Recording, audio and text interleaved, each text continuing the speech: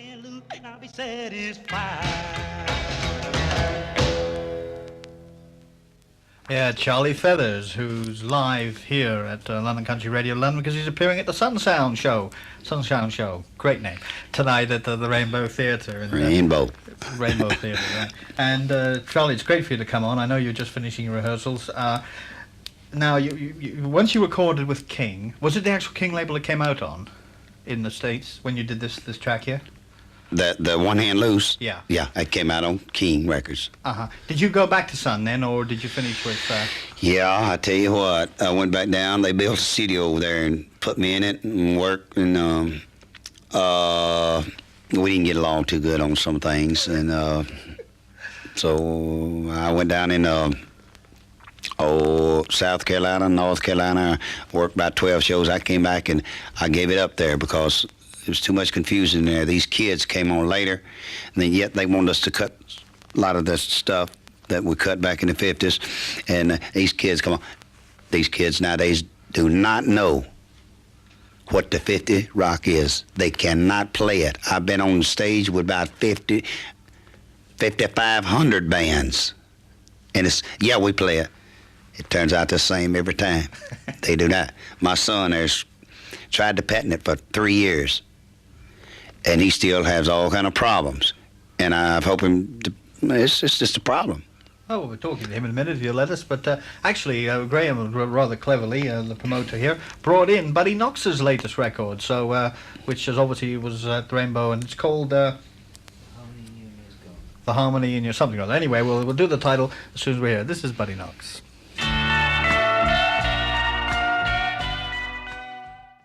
The voice of Buddy Knox, The Harmony in You and Me is Gone, and that's from on the Redwood label, and that's the very, very first play anywhere in the world. We've got a world exclusive there.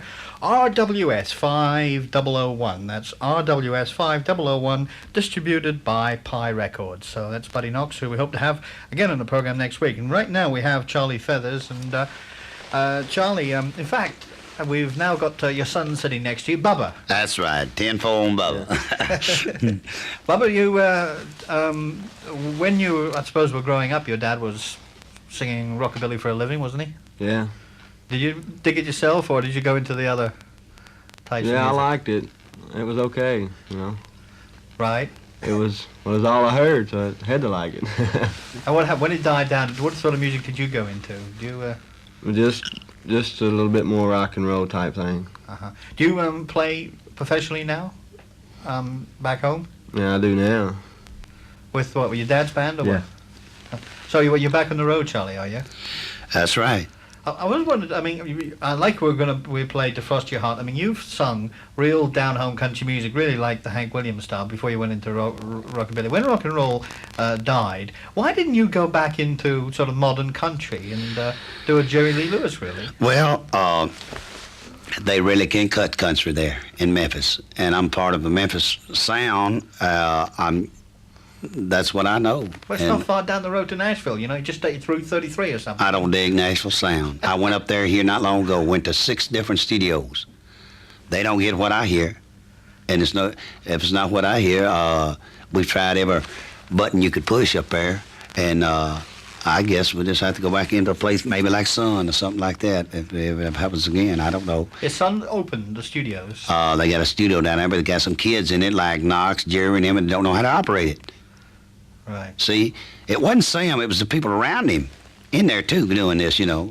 And he said, well, my kids will get it later. Kids never could get it. They hadn't cut a hit out of there yet. Oh. It's just, what, the magic missing, or? The people that was around him. Yeah. Well, was it what they did, or just the atmosphere they created? What do you think? Well, the slapback sound really did it.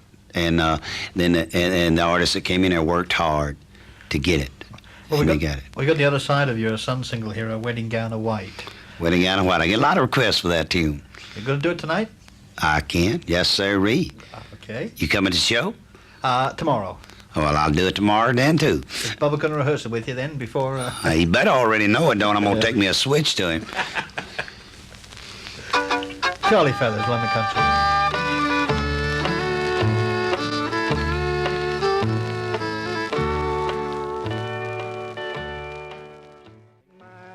In just a little while. Well, that's Charlie Feathers, who's our special live guest here on London Country, A Wedding Gown of White. You're saying your heart wasn't really, that was a little too down home country for you, was it? Well, it's a 10-4 on that. See, we doing a lot of that rock and roll stuff at that time, and I don't know, I just didn't, we didn't feel this thing at all. We all agreed that the sound wasn't there in a way, but few people liked it, you know, around. They sold a few records on it. For it right now. Oh, yeah. Now, it's written by Clonch and Cantrell. That's right. That's, who are they? Do you know? There's two boys over there. They playing on it. They played on a thing called Daydreaming years ago. But you're not in touch with them anymore? Yeah, I can get in touch with them. They live right there, right near me. Oh. They own High Record over there. Oh, really? Yeah, Oh, yeah, I know they that. own Of it. course, Charlie Rich was on that. Wasn't he? High Records? H.I. He did a Hank Williams album on it. Charlie Rich? Yeah. Was a different High Records. But he did an album on High, which was released over here in London. Might have. I don't Well, know. there's a lot of experts listening in. 486-7744. Did Charlie Rich record for High? And if you know if it is a different High Records, there is a High. Probably the one that he did is distributed by London Records. It might be a different. No, that's it. That's the same one. Same company? Yeah. Uh-huh. Well, if you confirm for me, folks, 486-7744. We're going to have a record now by one of the guys who's on the show with you tonight, the Sun Sound Show, and that's Jack Scott. Jack Scott, that's right. Had you met him before?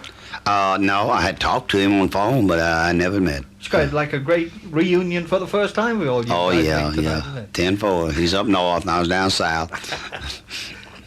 Well, you're all in London right now. Here's Jack Scott.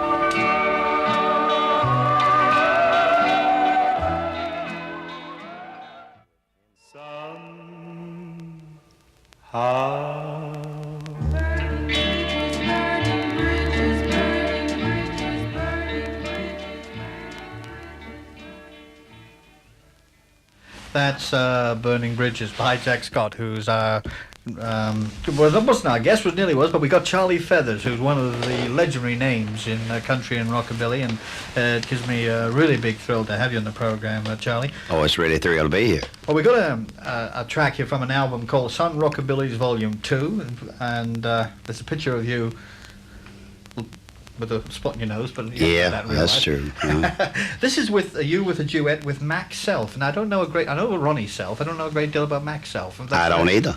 Oh, okay. Well, at least you've met him, which is more than I have. No, I haven't. Oh, explain, sir. I don't know how to explain. Right. Well, let's put it this way. Did you record all by yourself? What's the name of the song? The song's called Mad At You, and it says Mac Self and Charlie Feathers. I don't remember. Oh, maybe if you hear it, it'll bring back memories. Maybe now. to you. We recorded some things up there that we've forgotten about them, you know, and really I don't remember some of the tunes. Oh. Evidently, Mac just sang, you sang and played accompanying guitar, but Brad Suggs played guitar as well, and Jimmy Van Eaton played drums. Yeah, I remember all those people now. Okay, Like the drummer, the guitar man, all that. I'm mad at you. I'm mad at you. Well, I wanted your loving and I wanted it bad. Mad at you. Well, that's Charlie Feathers. Definitely, well, you remember more or less it now, don't you? Yeah, I can remember doing these things, but some of the people I can't remember. But I do know Brad Suggs is playing guitar there, and I know several of the musicians there, so I was there, and you know. Could you recognize your own voice in there? Oh yeah, So you were definitely singing. oh yeah, But you reckoned that Suggs was singing as well. yeah, So it was sort of really a Mac Self record with you yeah. We was singing here. harmony with him. That's right. Well, that's well nice. So we got one, in fact, of you all by yourself, and that's a song called When You Decide. That's right. When you decide. Did you write this? Or? Yeah, yeah, Do you write much of your own material? yeah. That's true. We do. When did you left the music business completely for a while? 10 years. What did you do in that time? I never did quit playing it now, but I just got out of recording and just I lost interest in it because the musicians are hard to find over there. So you had to grow your own, did you? That's true. That is true. And Bubba, what do you play? Lead guitar. Lead guitar. Really? Yeah. And Did your dad tell you how to do it? He's telling you where the microphone is now. Yeah, he told me how. Are you really, this sort of festival, is this the first one like this you've ever done in your life? Yeah, this is the first one. Well, I played one in Chicago, something like this. University of Chicago, and there in Memphis, they tore the old Main Street down, and built a big mall. And me and Carl Perkins, Boots Randolph, we had 155,000 people, and you played on that, didn't you? Yeah. He can't remember some of them. Charlie, we're going to have this track now when you decide. It's Charlie Feathers in London Country. When you decide, don't have a doubt, just how I feel.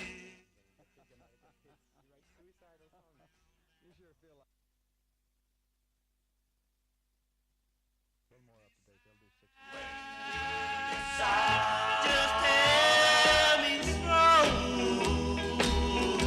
for my poor heart is yearning so.